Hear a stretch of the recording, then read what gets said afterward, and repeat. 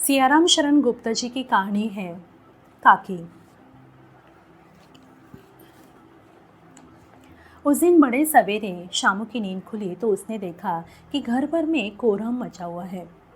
उसकी माँ नीचे से ऊपर तक एक कपड़ा ओढ़े हुए कंबल पर भूमि शयन कर रही है और घर के सब लोग उसे घेर कर बैठे बड़े करुण ढंग से विलाप कर रहे हैं। लोग जब उमा को स्मशान ले जाने के लिए उठाकर ले जाने लगे तब शामू ने बड़ा उपद्रव मचाया। लोगों के हाथ से छूटकर वह उमा के ऊपर जा गिरा। बोला, काकी सो रही है, उन्हें इस तरह उठाकर कहाँ लिए जा रहे हो? मैं न जाने दूंगा। लोग बड़ी कठिनता से उसे हटा पाए। काकी के दाह संस्कार में भी उसे नहीं जाने दिया। एक दासी राम राम करके उसे घर पर ही संभाले रही। यद्यपि बुद्धिमान गुरुजनों ने उसे विश्वास दिलाया कि उसकी काकी उसके मामा के यहाँ गई है, परंतु असत्य के आवरण में सत्य बहुत समय तक छिपा न रह सका। आसपास के अबोध बालकों के मुंह से वह प्रकट हो गया। यह बात उससे छिपी न रह सकी कि काकी कहीं नहीं ऊपर राम के यहाँ गई है। काकी के लिए कई दिन तक लगातार रोते रोते उसका रुदन तो क्रमशः शांत हो गया, परंतु शोक शांत न हो सका। वर्षा के अनंतर एक दो दिन में ही पृथ्वी के ऊपर का पानी तो अगोचर हो जाता है, परंतु भीतर ही भीतर उसकी आर्द्रता जैसे बहुत दिन तक बनी रहती है, वैसे ही उसके अंतःस्थल में वह शोक जाकर बस गया था। वह प्रायः अकेला बैठा बैठा शून्य मन से आकाश की ओर ताका करता। एक दिन उसने ऊपर आसमान में पतंग उड़ती देखी। न जाने क्या सोचकर उसका हृदय एकदम खिल उठा। विश्वेश्वर के पास जाकर बोला, काका मुझे एक पतंग मंगवा दो। पत्नी के मृत्यु के बाद विश्वेश्वर अन्य मनस्क रहा करते थे।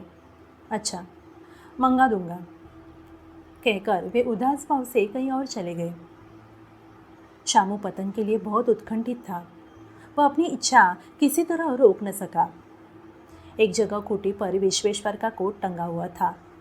इधर उधर देखकर उसने एक स्टूल सरका कर रखा और ऊपर चढ़कर कोट की जेबें टटोली। उनमें से एक चवन्नी का आविष्कार करके वह तुरंत वहां से भाग गया। सुखिया दासी का लड़का भोला शामू का समवयस्क साथी था। शामू ने उसे चवन्नी देकर कहा, अपनी जीजी से कहकर गुपचुप एक पतंग और डोर मंगा दो। देखो खूब अकेले में आना, हाँ, कोई जान न पाए। पतंग आई। एक अंधेरे घर में उसमें डोर बांधी जाने लगी।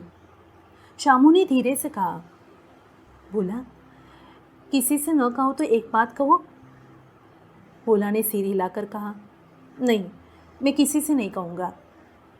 शामू ने सिर हिलाकर कहा, मैं यह पतंग ऊपर राम के यहाँ भेजूँगा। इसे पकड़कर काकी नीचे उतरेगी।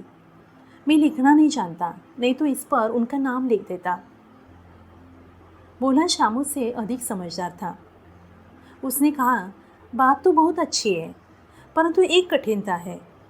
ये डोर बहुत पतली है, इसे पकड़कर काकी उतर नहीं सकती। इसे टूट जाने का डर है। पतंग में मोटी रस्सी हो तो सब ठीक हो जाएगा। शामू गंभीर हो गया।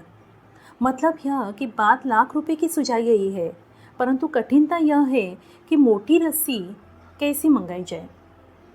पास में दाम है नहीं, और घर के जो आदमी उसकी काकी को बिना दया माया के जला आए हैं, वे उसे इस काम के लिए कुछ न देंगे। उस दिन शामू को चिंता के मारे बड़ी रात तक नींद नहीं आई। पहले दिन की तरकीब से दूसरे दिन उसने विश्वेश्वर के कोट से 1 रुपया निकाला, ले जाकर भोला को दिया और बोला, देख भोला, किसी को मालूम न होने पाए।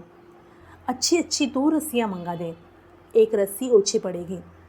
जवार भैया से मैं एक कागज़ पर काके लिखवा रखूँगा। नाम की चीट रहेगी तो पतंग उन्हीं के पास पहुँच जाएगी। 2 घंटे बाद प्रफुल्ल मन से शामू और भोला अंधेरी कोठरी में बैठे बैठे पतंग में रस्सी बांध रहे थे। अकस्मात शुभ कार्य में विघ्न की तरह उग्र रूप धारण किए हुए विश्वेश्वर वहाँ आ घुसे। भोला और शामू को धमका कर बोले, तुमने हमारे कोट से रुपया निकाला है? भोला सकपका कर एक ही डांट में मुखबिर हो गया। बोला, शामू भैया ने रस्सी और पतंग मंगाने के लिए निकाला था। विश्वेश्वर ने शामू को 2 तमाचे जड़कर कहा, चोरी सीखकर जेल जाएगा? अच्छा, तुझे आज अच्छी तरह समझाता हूँ। यह कहकर फिर तमाचे जड़े और कान मलने के बाद पतंग फाड़ डाली। अब रस्सियों की ओर देखकर कहा, ये किसने मंगाई? भोला ने कहा, इन्होंने मंगाई थी। कहते थे इनसे पतंग तानकर काकी को राम के हाथ से नीचे उतारेंगे। विश्वेश्वर हतबुद्धि होकर वहीं खड़े रह गए। उन्होंने फटी हुई पतंग उठाकर देखी। उस पर चिपके हुए कागज पर लिखा हुआ था, काकी।